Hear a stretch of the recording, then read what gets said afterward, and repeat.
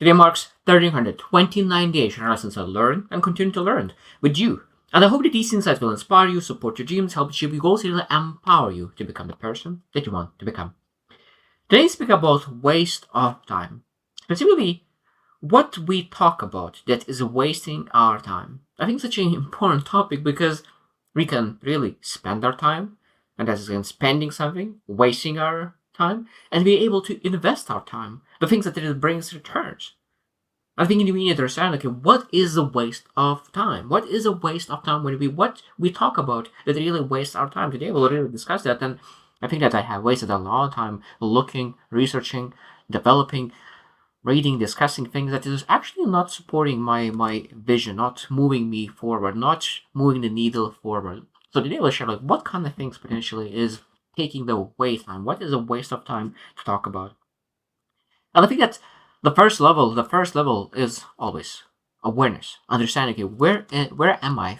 What I talk about with my friends, with my family, at my work, in our minds, like all those things. So the first thing, of course, what you talk right now, what you talk in a day, because that's again, if you want to change and you want to improve your thoughts, you need to really start to say, okay, what do I talk with myself? What I talk with my friends? What do they talk without me? What they talk with me? Just understanding, um, the first level. And then again, and when you look into your conversations with yourself, with others, with family, you're going to be able to ask, okay, how those conversations make me feel. It's a great question. How those conversations with my friends and my family, and again, this is able to look into based on every single person. How this friend makes me feel, how this person makes me feel, how this person, how the conversation, where that conversation leads to. What do I talk with that person? And it makes me energized, hopeful, drained, confused, inspired, aspired. Like, what are the emotions that you feel after a conversation with that person? And sometimes could be a little bit. Sometimes you feel inspired, sometimes drained, sometimes inspired. And I think that sometimes is neutral. Sometimes you have no idea like where that stands for. And I think that we need to spend more time with people that we feel inspired and less time with people that we are drained. That's the easy map. So, but we need to be aware of it.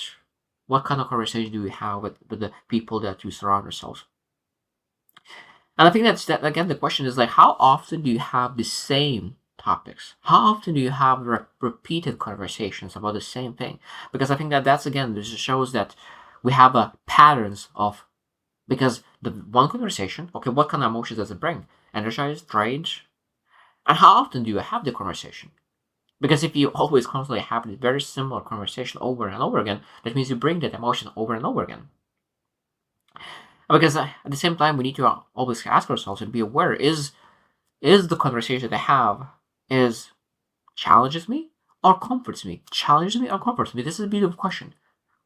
The conversation that I have, does it makes me better or it makes me stay in the same place that I used to be? Because the conversation we have could be challenging, difficult, or it could be very comforting. And of course, that's again where we need to understand like, what kind of conversations actually comfort you and what kind of conversations does it challenges you, challenges the thinking, trying to really being able to really be okay to challenge your own beliefs. That's a great way of looking at it, because challenging your own beliefs is not wasting your time. Challenging your beliefs is one of the best ways to do something with your own time, because you understand that there's a lot of beliefs potentially in your mind that is actually not serving you, and being able to challenge them is amazing things to do. And I think that's there's some signs that you potentially could look into yourself and ask, okay, like, do I waste my time? And then what are the signs that you potentially do when you speak? Now, one thing I'm guilty of that as well is that you speak just to feel important, not to learn. Because when you speak, you're already telling what you already know. When you listen, you potentially could learn something new. Even though that a person who is sharing with you might be that is not at your skill level in the skill set that you're developing or anything in between, but they could share one nugget that you maybe didn't consider, or one nugget could open the doors to really understanding how you can really even make your strategy even better. So when you share, you potentially feel important, but when you listen, you have a possibility to learn something new. And that's a beautiful thing. You keep, second thing is that you keep defending your limitations. And this is again very, very, very common that what we do, because when you think about that, we tried one way, another way, third way, and it seems that you're not able to push it through that limitation, and you start to accept almost that limitation because someone says they wants to help you, support you, to give you feedback, and you know, but that limitation starts so many things, and you defend that limitation rather than really looking how you can really use that feedback that you catch. So I can't because your limitation, and I think that if you accept your limitation, you keep it. I don't want to keep my limitations. I don't want to accept my limitations. So I want to really say that I will find a way, and I will be willingly really deny that limitation, really work on improving. You other sign is that you feel after conversations feeling smaller or stuck. And again, this is a waste of time when you feel that you are stuck, you are smaller. That means that this is not uplifting. It drains you. Those again that shows that you are speaking about the things that is wasting your time. Because when you start to feel that you waste your time, of course you will feel stuck. Of course you feel smaller because that conversation sometimes makes you small, makes me small. Like every single conversation that doesn't add value could be draining you. Now, of course, a small talk with a stranger that will not drain you because, of course, that is a great way to really do. But when you start speaking with the most important people, with the things about things that doesn't make you better, of course, at that moment, of course, could be a waste of time. I think that the other thing that is very, very important to really look at and look at the patterns is like how much do you talk about your growth and how much actually you act on that growth. Because talking about growth is not growth itself. So this is a waste of time, just talking itself. Because we need to really understand that if you just talk and not act, of course, it's a waste of time. Because if you talked about the same growth over and over and over again, and we don't act on the same growth, it's a waste of time. That's easy to understand. And I think that's something we need to understand, that to ask a question, as a belief question, is who is the smartest in the room? And if you're not smartest in the room, maybe you need to really find new rooms where you can really expand. Look, it's very, very important to add value to people that potentially has a little bit less knowledge and wisdom and skill set in that area. But of course, we want to make sure that we put ourselves in the rooms where we are the ones that we want to really learn, ask questions, get better, improve. And again, this is a great way to look into what kind of conversations you are in, because if you dictate the conversation level, that potentially could be not the best level to be in for you to really grow and develop. And really, what are the conversation types that kill the growth? What are those? And I probably the number one are the loop trap. And again, this is that means that we are able to speak about the same thing over and over again. So I mean, I hate my job. I'm so tired of this job, but you're actually not doing anything about it. And there's a loop the same thing over and over and over again. So without taking any action and saying, keep repeating the same thing on a loop.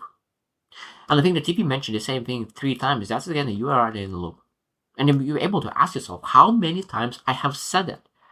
How many times I have said it? And if you mention at least 3 times, that means that thing must be with action. That means that action, you're not able to fix it by just speaking about it. You're able to really start executing. And again, this is one of important things. Second thing that is very important to really mention is a validation vortex. So that means that we're looking for agreement, not truth. We're looking for agreement, not truth. It's very common. That means we're going to ask for advice, but we're looking for agreement, not for truth. Because we've already made a decision, but we're going to a friend to ask our mentor for advice, we're already looking for validation of our decision. And that's a terrible place to be in. When you're going to a mentor, you're going to a friend, asking for feedback that you know that you will not take if they will not agree with it. So you're not looking for truth, you're not looking for the best action. You're looking for validation and agreement of your decision-making process, because that's exactly what you want to do. I think what we need to change, because that conversation becomes a waste of time. The only thing that you're looking for is agreement, but that's again, this is not the growth way that we need to look into. The next is ego circle. And again, this is where subtle ways on competing with other people. That means I'm busier, smarter, more struggling more, whatever it is, like always more. And I'm guilty of this as well. I'm a very competitive person, and I sometimes even start to compete on really shitty places where I don't need to be busier, I don't need to be struggling more, I don't need those things. I need to really improve my life better. I need to compete on the things that matter. I'm not supposed to compete on the things that do not matter. And I know that I'm guilty. I used to compete at everything. If I see that you drink water in a glass, I want to finish that glass faster. Like, this is ridiculous, but like that's where my competition level was so high. And I need to understand that some minor competitions do not matter, and being able to just compete with yourself and with others on the major things that truly matter. And then I think the last thing that is wasteful is the game, the blame game. So really blaming others, and that's again not taking responsibility. And of course, that's externalizing problems. That means that we're able to really, with our conversations, with our time, speaking about the problems that is caused by other people, even though that is your problem, not external problem. And of course, that is a waste of time because you're not actually willing to do anything about it. Because when we blame, we put control and put responsibility on external things, and we don't take action. And because we don't take action, that conversation about those problems, that external problems, becomes a waste of time. So what we're supposed to do? What we're supposed to do instead? And we need to really change the script, the way how we make conversations. So that means that we need to replace the complaints with curiosity. So if you complain, you need to be more curious.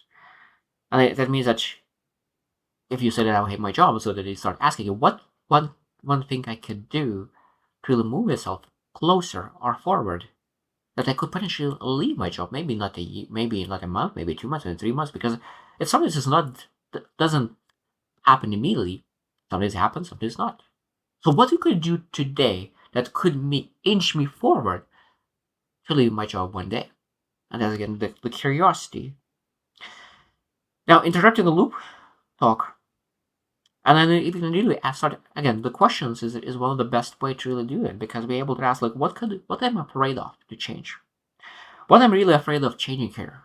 And being able to really look into that and really catch yourself repeating the whole story and asking like what is really holding me back?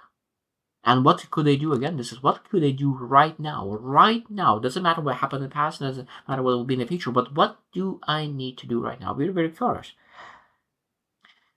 And I think that there's a lot of conversations that we need to really have, and sometimes the most important part is that we're able to really train not just ourselves, but I think that we're able to really train our surroundings by including conversation that could be uplifting our mind, like ideas, because probably you've heard that small mind speaks about other people, great mind speaks about ideas. But that's exactly what we need to train our minds. So because if you have been in association that speaks about problems, speaks about other people, speaks about celebrities, speaks about negativity, that means that you will be wired to really look for those topics because that's you feel comfortable to speak about those things. But it means that we need to really learn to develop consciously to start speak about like different ideas about businesses, about growth, about development, that the things that really matters. And when you choose consciously to really bring those topics into daily routine, at some point it will become unconscious to you.